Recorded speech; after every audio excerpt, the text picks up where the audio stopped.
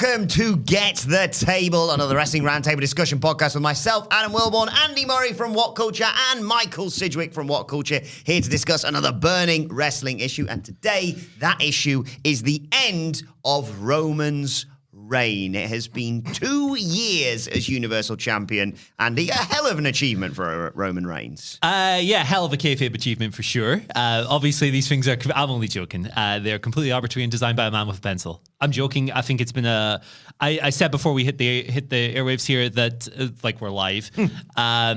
I cannot really think of a world title reign in WWE that I've enjoyed more, at least over the past 4 or 5 years, of which Roman has been in charge for half of them, of course. But yeah, I think it's been broadly good across the board. I have some aspects of it perhaps been a little overrated. Yes, I think so. I think the early stuff where he was walking around talking to his opponents in the middle of matches was quite tedious and not necessarily for me.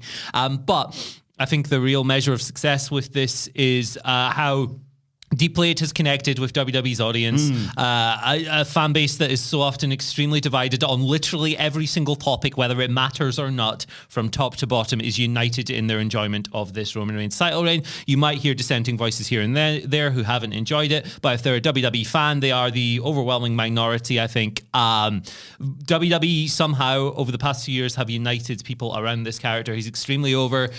He is back to being a legitimate ratings mover, where for a while he wasn't quite necessarily hitting that level. Now it is.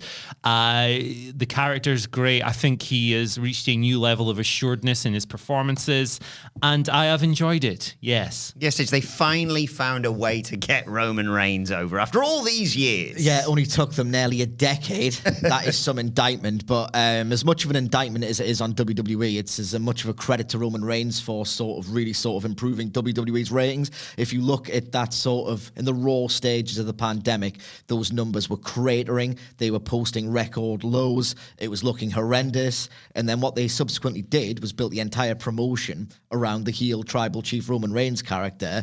Ratings improved, and look where they are now. And you don't do that without building such a monster of a character on top as your face of the flagship brand. And yeah, he can only be considered a monster draw, really, by modern rating standards. If you look at the day one ticket sales for that match with Brock Lesnar, which of course didn't happen, but when it was thought to be happening, that drove like thousands of additional sales, which is kind of unheard of. It's only John Cena, I believe, who has topped that kind of late surge in sales. And with Murray, I really didn't like the tell, don't show approach to the series with Jey Uso, but it was the making of the character.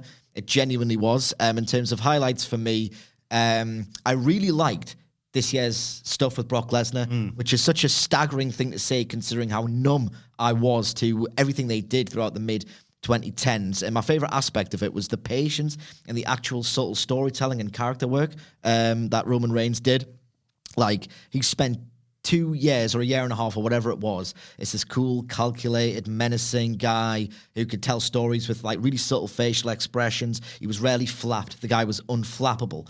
And then big jolly psychopath Brock Lesnar Farmer comes along.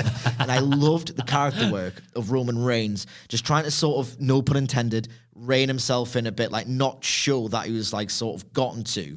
And the way he would sort of like burst into anger and then just calm down. No, you've got a facade to maintain. You are not meant to be flapped by this Brock Lesnar character. And he had that meltdown when Brock Lesnar launched the chair into that security guard's face. Like, they did an absolutely incredible contract signing segment of all things at which Roman Reigns was at the center.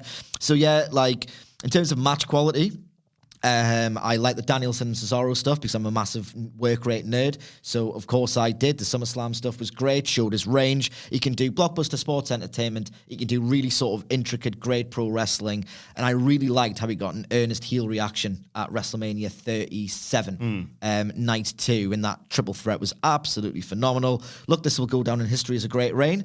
Artistically, doesn't reach the heights of Planet's champion Daniel Bryan for me, but yeah, like what the guys achieved, considering, as Murray astutely points out, this fan base was fractured, broken, at war, and now they are all the one it that. It was a hell of an achievement, just to carry on from what Sid said and get your thoughts on some of your favourite parts of his reign. It was a hell of an achievement because I think a lot of people were sort of arms folded. They've done everything as they headed towards SummerSlam. And it's a bit of a, maybe injuries have contributed towards it or whatever it may be. and yet they pulled out the best part of it right at the end. Yeah, they just went all in on stupid bollocks, and it was great. That SummerSlam match was, I mean, I'm almost reticent to call it a wrestling match because it was just chaotic stunt after chaotic stunt after chaotic stunt, culminating, of course, in the lift being the ring being lifted up by Brock.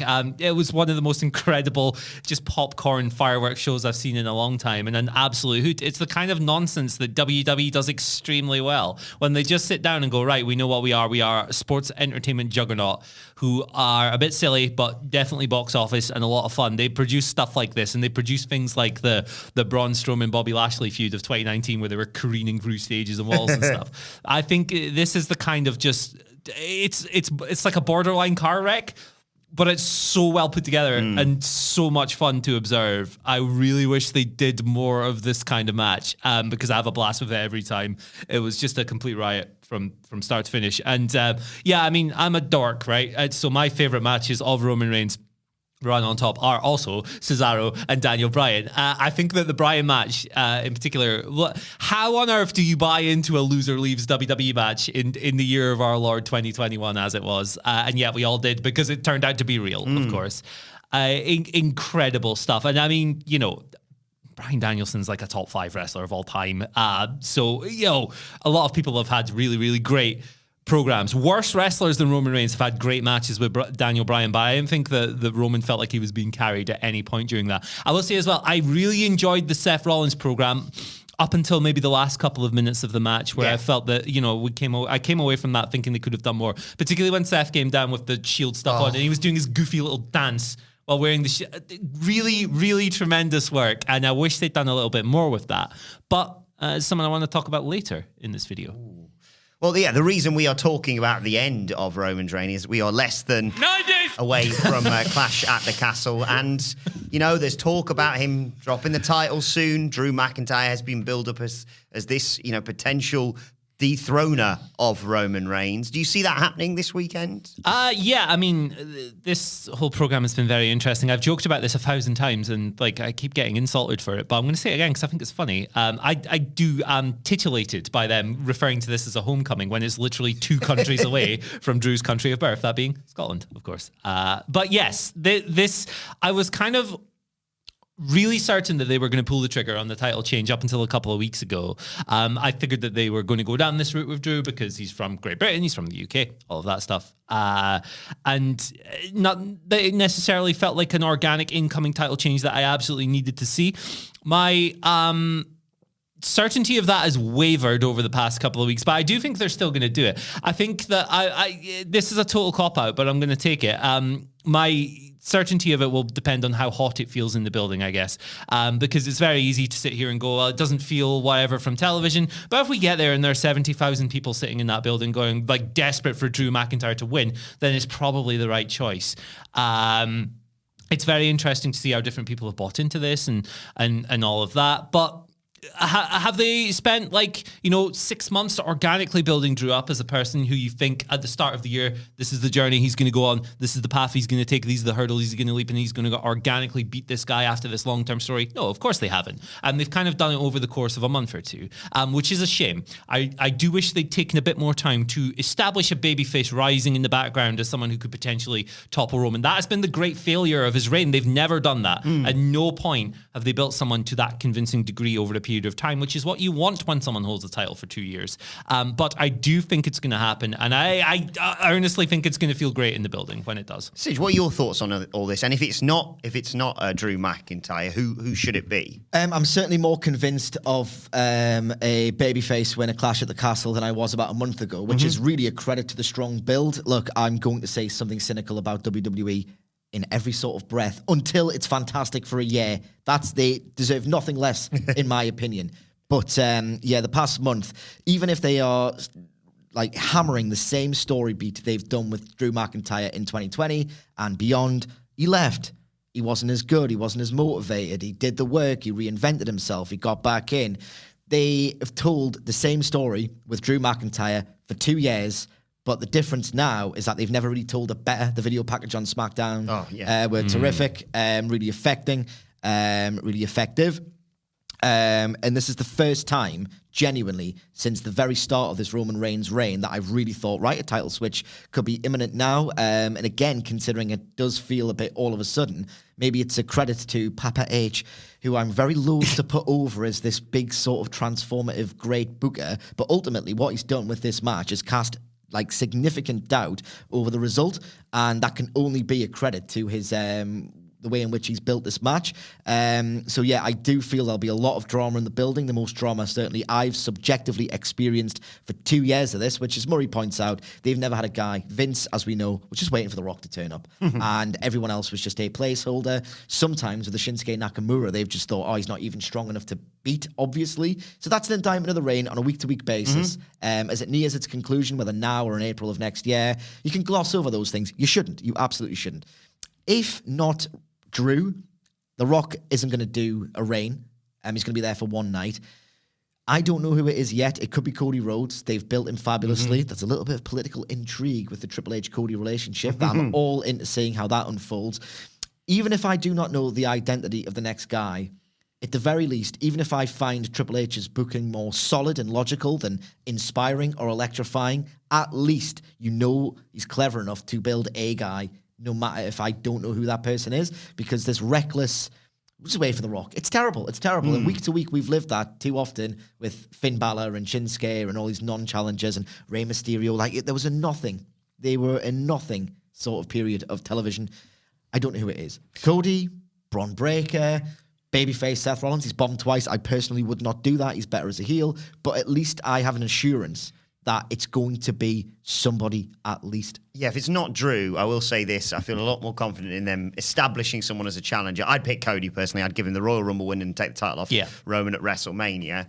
But like you say, if you'd have asked me before WrestleMania 38, if you said it's not going to be, if you're not going to be Drew or Brock, I'd have gone, well, I don't know, how long we got to wait till Big E comes back or something like that. I think now, like Sidge mentions there, you've got obviously Karrion Kross as well, but Rollins, Rhodes, and then maybe even someone from NXT 2.0. You also have Mr. Money in the Bank who will enter these conversations inevitably, but I always forget he exists. Exactly. I think Theory has been geeked out so hard since he won that briefcase, which is nothing new. This happens quite often, but the degree to which he's been geeked out has been quite telling, including at SummerSlam. And now I think he's probably going to lose that briefcase to Mr. Jonathan Gargano. So maybe that'll lead to some kind of babyface thing where Gargano, why do I keep saying that? Goes, hey, Roman Reigns, let's have a match. I'm going to name my time and date. And he just loses because I don't think Johnny Gargano is going to take the belt off Roman. I think Seth is an interesting proposition for sure. Yes, he's absolutely bombed as a babyface before. Twice. There you go. Thank you. And for me, those periods were some of the most obnoxious character work of his career. Not in the good obnoxious way like he is now, where I see him on my TV and I'm like, you're a prick. But I'm thinking that from a manufactured kayfabe way while he's going, nah, and all this stuff. It's good. I like it. But he was just the worst brand of WWE babyface. It was giving me like peak Sheamus bullying fella babyface vibes with a kind of different flavor because that Sheamus character was a bully. Seth Rollins was like a fake earnest guy. He's like a stand-up comedian at points as well. It was so dreary. Yeah, he's a big Godzilla looking. Oh God, do not. All of that. Do not. All of that. But on the table, there is an interesting story to tell with their past, and you have unexplored ground from their feud from earlier this year. Something like that being reprised would bring out the weirdos who would call it, they beat him this year on purpose, this long-term storytelling, which is objectively false because it's a different person penning the script now. But I think there are some interesting things you can do here. For me, Cody looks far and away the standout candidate, however, and it's very, very difficult for me to look beyond him. And like Michael, I'm fascinated to see how the Triple H relationship goes on. Yeah. I don't think we'll see it, but it would be kind of fun if we saw Cody building a throne on an upcoming episode of Raw. Finally, let's presume he does drop the titles to Drew McIntyre, just to give us a nice time period heading towards WrestleMania. What would you do next with Roman?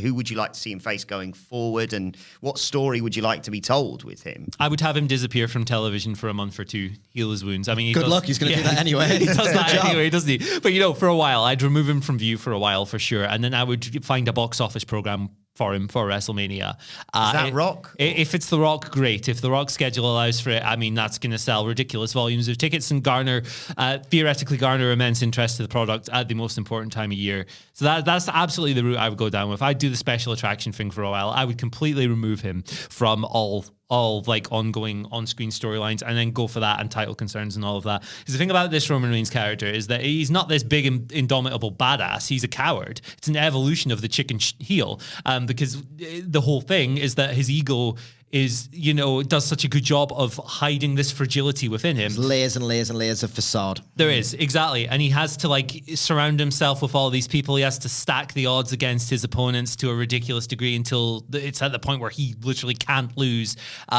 We are now seeing that manifest by him recruiting a complete goober in Sami Zayn, which is probably going to spin off into the tag title program really wonderfully. So that's the path I would go down. Him going away for a few months after losing the title would strike to the core of that fragility, and he would come back renewed, refreshed, and here for a box office program with his old cousin Dwayne. Or Goldberg. No.